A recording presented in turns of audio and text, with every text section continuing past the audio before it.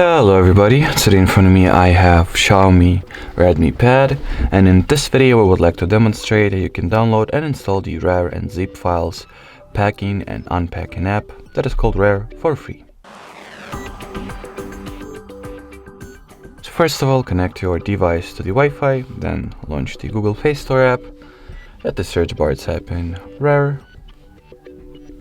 Once the needed app is found, click on this green install button and wait for the app to get downloaded and installed respectively.